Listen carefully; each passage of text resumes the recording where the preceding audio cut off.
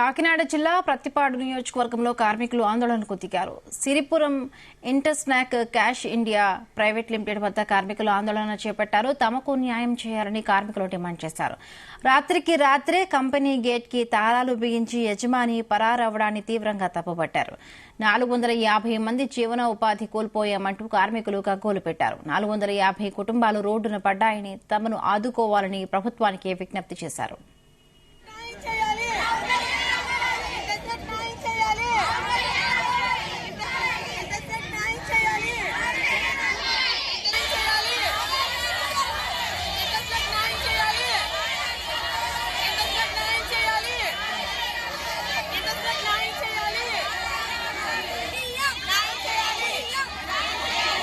నేను ఇంటర్నెట్ కంపెనీలో 9 years నుంచి వర్కర్గా పనిచేస్తున్నాను సార్.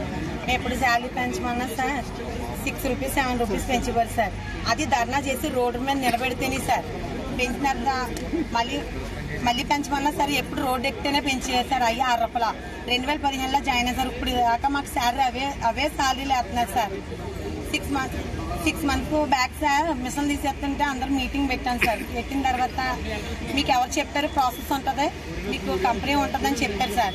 కొత్త ప్రాసెస్ వస్తుందని మేము ఇంటి మీద లోన్లు కట్టి తెచ్చుకొని ఇంట్లోని ఇల్లు తనఖా పెట్టుకొని 15 లక్షలు తెచ్చుకొని లోన్ పెట్టుకున్నాం సార్. ఇప్పుడు మేము రోడ్డు మీద పడవలసి వస్తుంది సార్.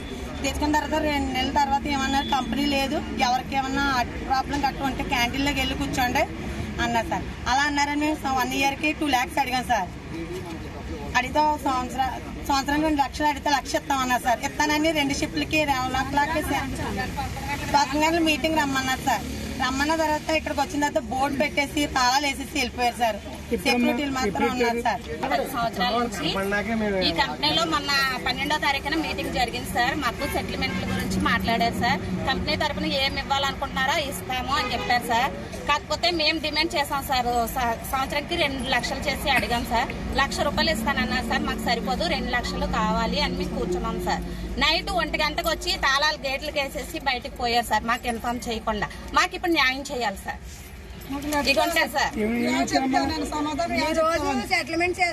ప్లాంట్ మేనేజర్ గారు లెటర్ సైన్ చేసి కూడా మాకు ఇచ్చారు సార్. మాకు న్యాయం చేయాలి సార్.